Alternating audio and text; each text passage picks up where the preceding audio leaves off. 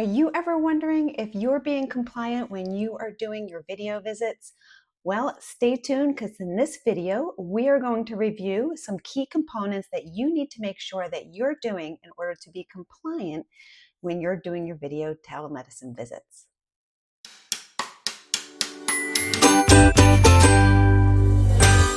Hello, my name is Lori. I'm your telemedicine chick, and in my videos, I help empower and support my fellow nurse practitioners and nurses when it comes to their telemedicine career.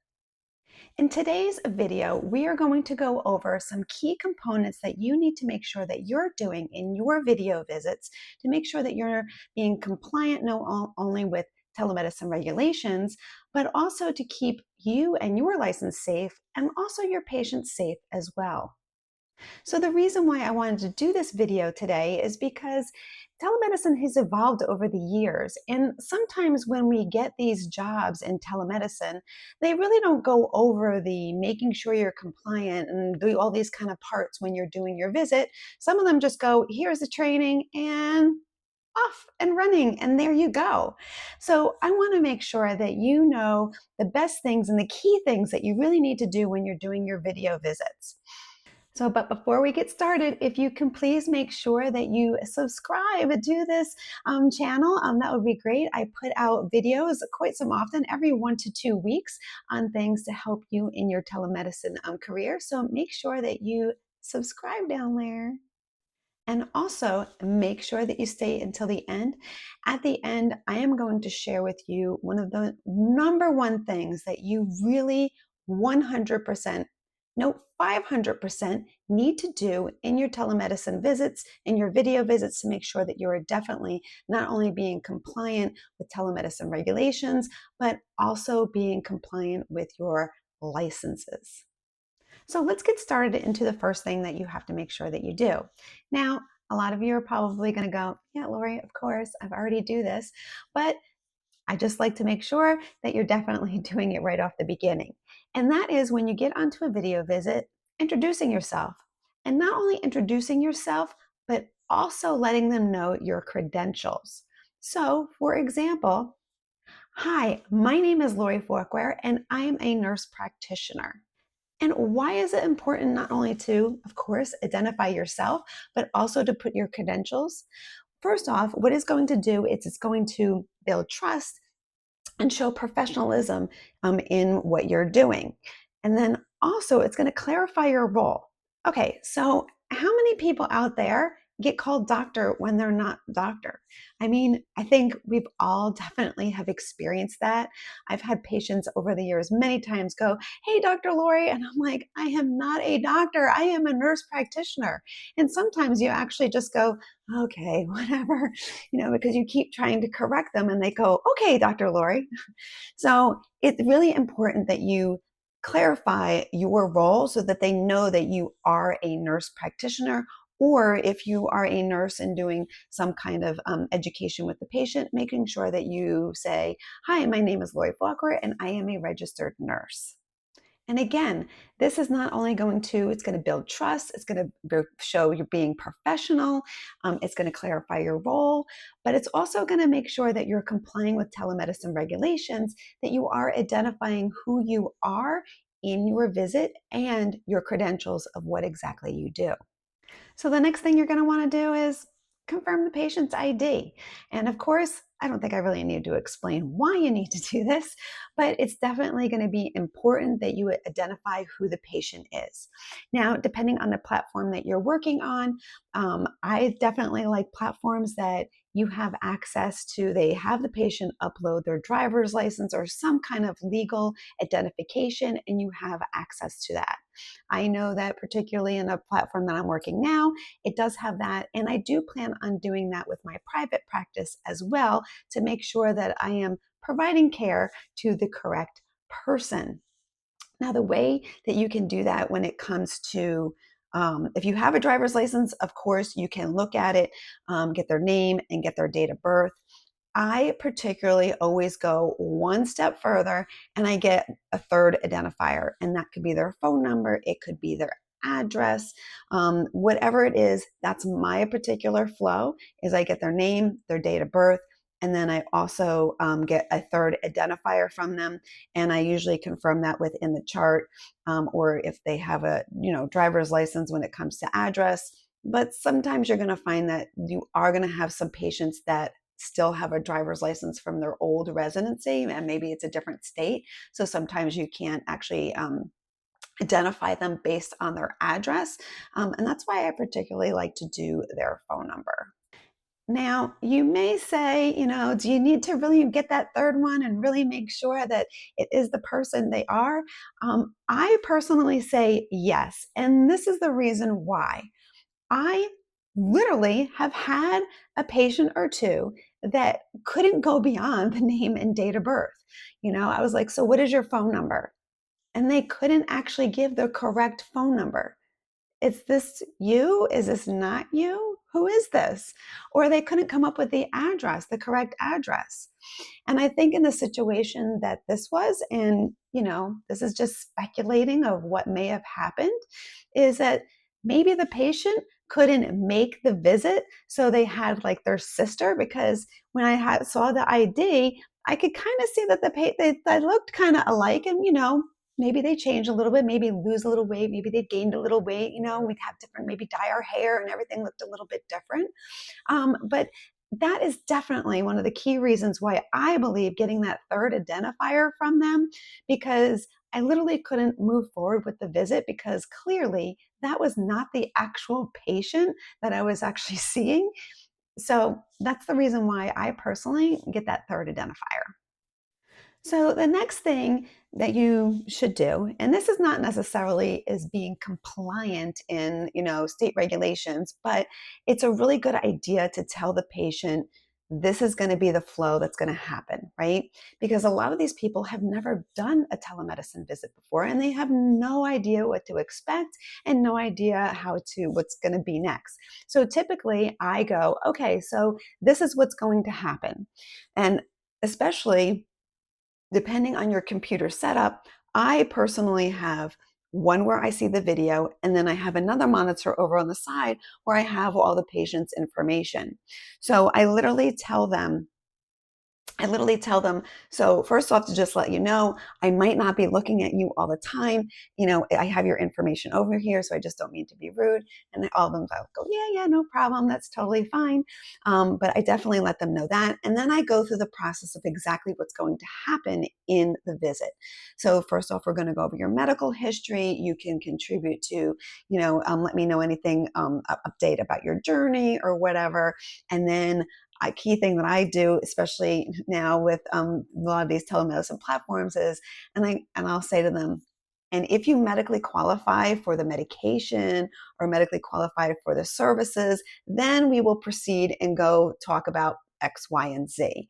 And I think that is really important, especially a lot of these telemedicine platforms these days are for a certain product, right?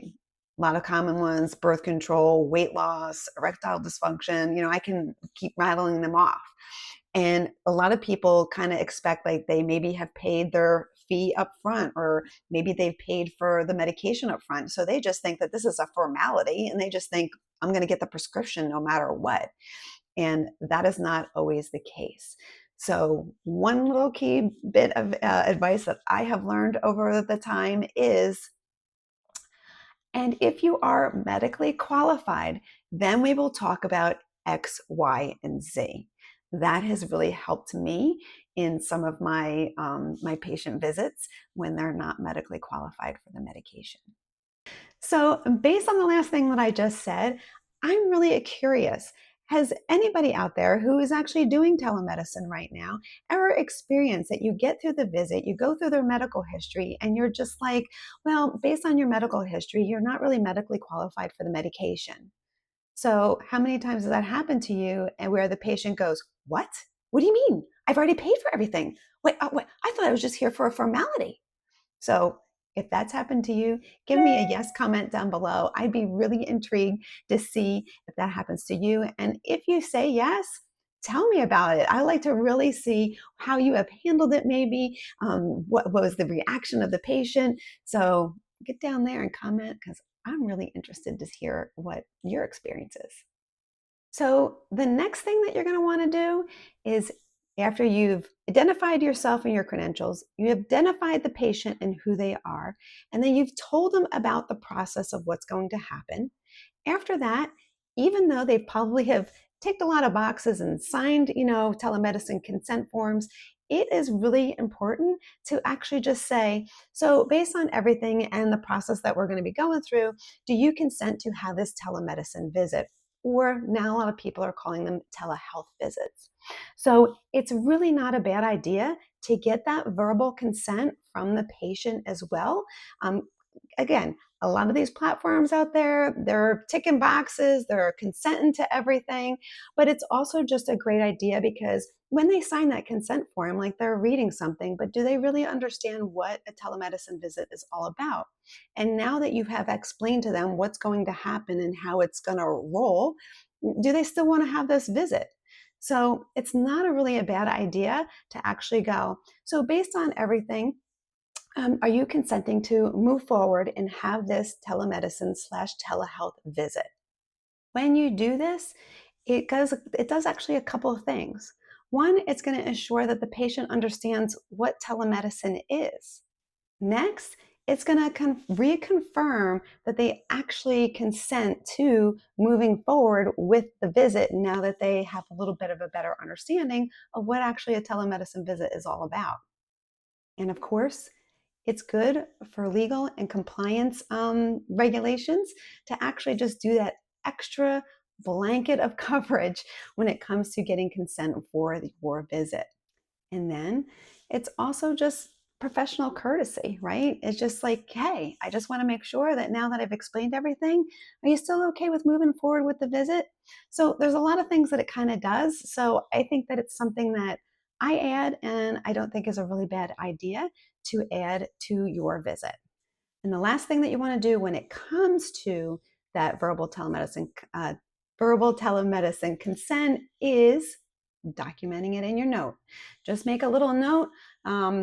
Patient verbally consents to telemedicine visit. That's just really wrapping it all up and putting it in a nice little bow to make sure that you are being compliant and you're also being safe for your patient as well. So the next thing is more not what you need to do, it's more what the patient is doing. So I can tell you, and I am sure if you're in telemedicine, you have kind of experienced this situation, this scenario.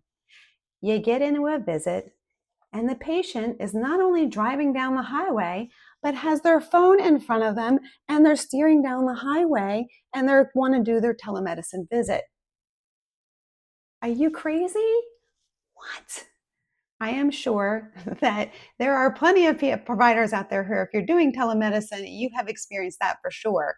And that's another yes comment. If you've had that happen to you, definitely give me a yes comment. It is very important that if someone is driving when they get into their visit, I don't even go into anything. I just always go right off the bat. I see that you're driving. I cannot see you while you're driving. Can you please can you please pull over for our visit? Now, I would say 99% of the time, you are going to get a patient go, oh, yeah, no problem. And I always just explain, take your time, be safe. This is just for your safety. Because if someone's driving and you're conducting a visit and they get into an accident, right, that's definitely not going to be a good situation. So it is very important that if someone is driving, that you ask them, can you please pull over? And usually I do not say anything after that. If they talk to me, I don't even talk to them. I just always say to them, don't worry about me right now. I'm just going to get everything ready for our visit. Take your time and be safe and pull over and let me know when you're ready. And that's how I approach it. If they say, I'm going down a highway and I can't, and yes, that has happened, I say, well, that is fine. I will have somebody call you to reschedule at another time, or depending on my schedule, I may say, okay, I have a break at X time. If you can come back then, we can totally do that. Sometimes patients are going to get a little upset with you, and that's just how it is. Unfortunately, they should be taking they should be taking this visit serious as a medical visit. I mean, they wouldn't be doing that in a doctor's office, would they? They wouldn't be, I mean, not necessarily driving, but they're not going to be like on their computer or on their phone while the doctor is talking to them.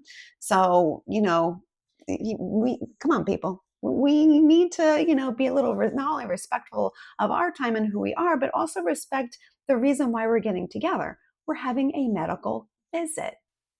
So, absolutely, driving, big no, no, no. I don't care what the policy is at your job. Do not see anybody while they're driving, and just kindly ask them to either pull over or to come back at another time. Another scenario is, and it could be in various things. I've had people in coffee shops. I've had people walking, getting their hair done, like in all of these different kind of situations. Now, it's kind of different if they have like their kind of earphones and, you can, see that they have some kind of earphones on and it is still a private conversation. That's one thing. But I have literally had people where people in the background are like walking and like, what is that person doing? They're on a medical visit. You can see those people walking in the background. So I think that is something that is another thing that if you notice a patient is in a public area, just clarify first, say, I noticed that you are in a coffee shop. Do you have earbuds in, like to make sure that this conversation is, private? And if, most of the time they do. But if they don't, just kind of like, say, okay, this is a medical visit. We are going to be discussing some, personal medical history of yourself, and I'm going to be asking you, personal questions about your history. I I feel that it's best that we have a private area to have that conversation. Can you step out of the coffee shop? Do you want to come back at a different time? There are going to be times when people are like, I don't give a crap. I don't care.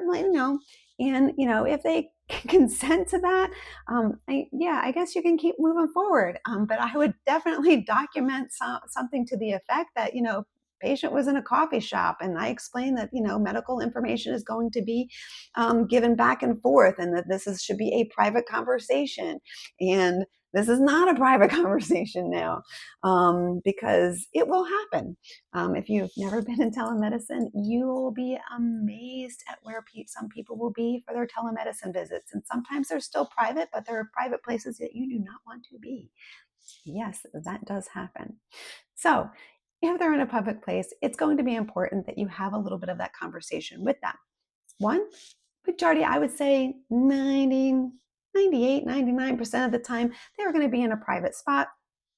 I'm not a private spot. They're going to have some kind of earbuds, or maybe they'll have the big ones, and you can definitely tell it'll be a private conversation.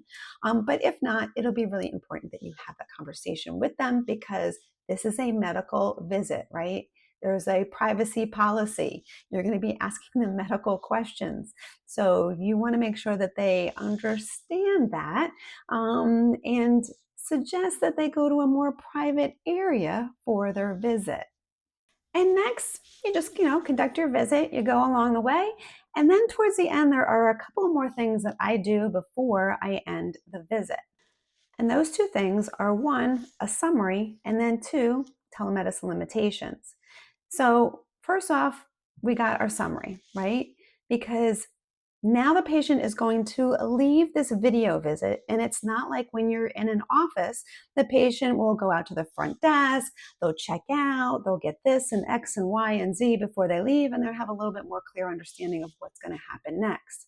In telemedicine, that's not going to happen, right? So you want to make sure that you give them a summary, and not only a summary of, hey, this is your visit, I'm going to be prescribing X, Y, Z, and these are going to be the next steps that are going to happen.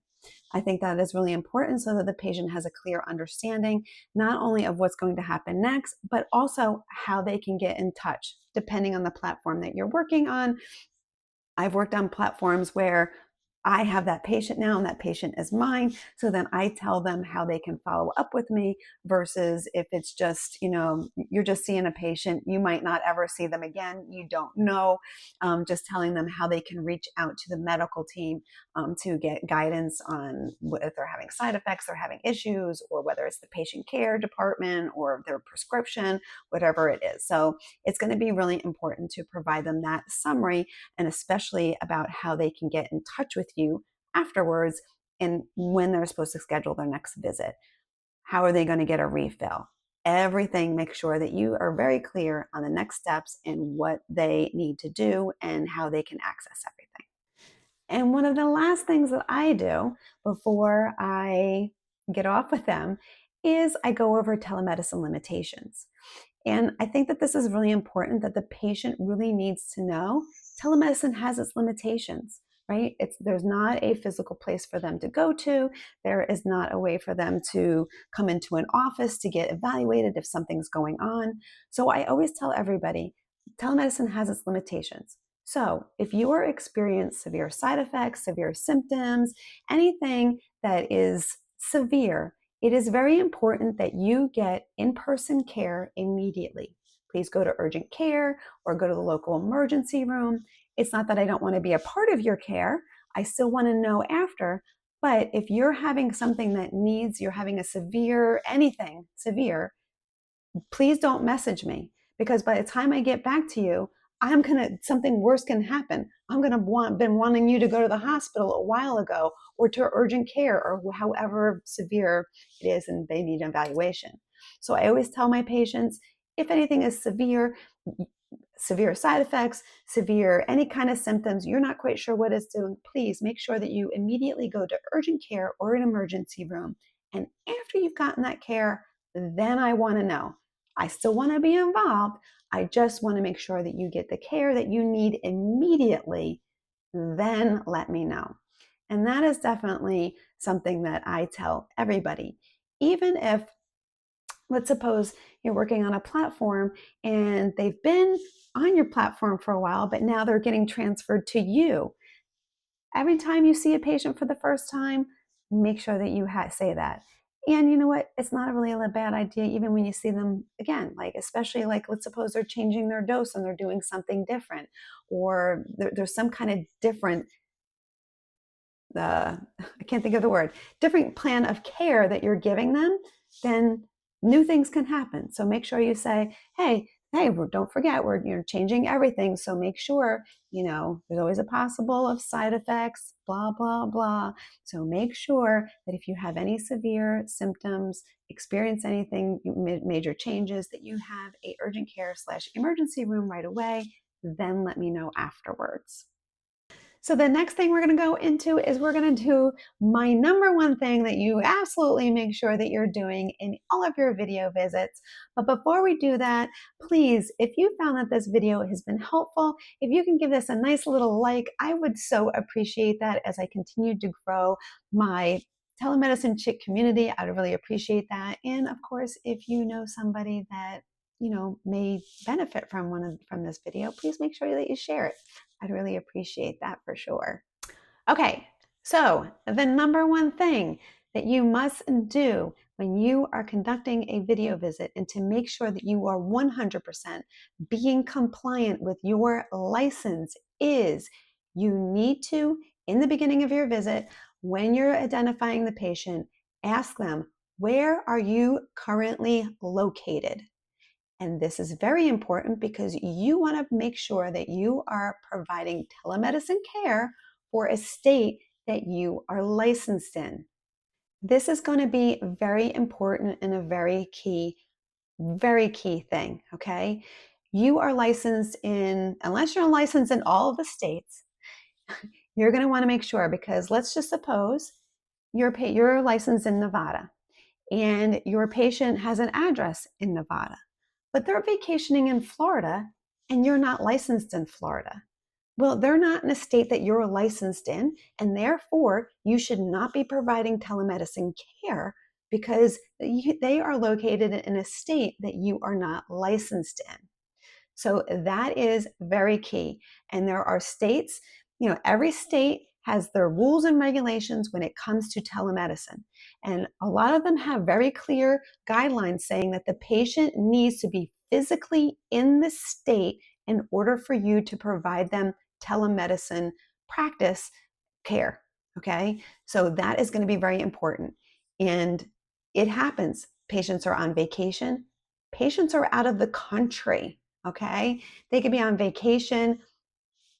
I can tell you a story about this one patient who actually, I guess she had people living in the US, but she lived in a different country. She kept on trying to come in and say, you know, I want telemedicine, but she wasn't physically located in the US, right? You cannot do that. That is totally against your licensing, and you want to make sure that you're being 100, no, you want to make sure you're being 500% compliant because you worked very hard to get those licenses and you worked very hard to become a nurse practitioner, and you want to keep that. And if something were to happen and it was found out that the patient's like, you know, I don't know, it could be anything, right? I was on vacation and I saw my provider and then this happened, and they're going to be like, well, is that provider licensed in that state? Nope. Ooh, you're going to be in big trouble, my friend. So key point, number one thing that you need to do in the beginning of your visit when you're going through identifying their identification and stuff is, where are you currently located? And if they are not located in a state that you are licensed in, then kindly say to them, you know, either if they're on vacation, you're going to have to wait until you come back, or if you need somebody, I can find somebody that is licensed in your state, or you just can't see them at all and you'll have to reschedule them. That is going to be very, very, very, very, very important. So those are some of the key components that you definitely want to make sure that you're incorporated into your video telemedicine visits. It is very important to make sure that you are checking in with your state telemedicine and license requirements to make sure that you are complying to your state needs. But these are just some key components that I make sure that I do in each of my visits to make sure that I'm not only being following telemedicine regulations, being compliant, I'm being safe for myself, and then I'm also being safe for my patients as well. I hope that you found this video really helpful in your telemedicine career. If so, again, please make sure that you give us a little like, and if you want to continue to see more videos such as these, I publish them fairly regularly, every 1 to 2 weeks. Please make sure that you subscribe to make sure that you never miss a video. Thank you so much for watching this video. I appreciate all your love and support, and I absolutely love all of you guys. I think us nurses and nurse practitioners are one of the key components when it comes to telemedicine, and I will always say that I love telemedicine. I not only think it's now, but it is definitely the future, and we are going to be seeing more jobs and more opportunities when it comes to us in our careers. So please reach out. If you have any questions when it comes to telemedicine, reach out. You can comment below. You can go to our website, telemedicinechick.com, and send us a message that way. You can send me an email at Lori@telemedicinechick. However you want to reach out, please make sure that you do. I love talking about telemedicine, and I love supporting and helping my fellow nurses and nurse practitioners. Again, thank you so much for watching, and I will see you in the next video. Take care, everybody. Bye-bye.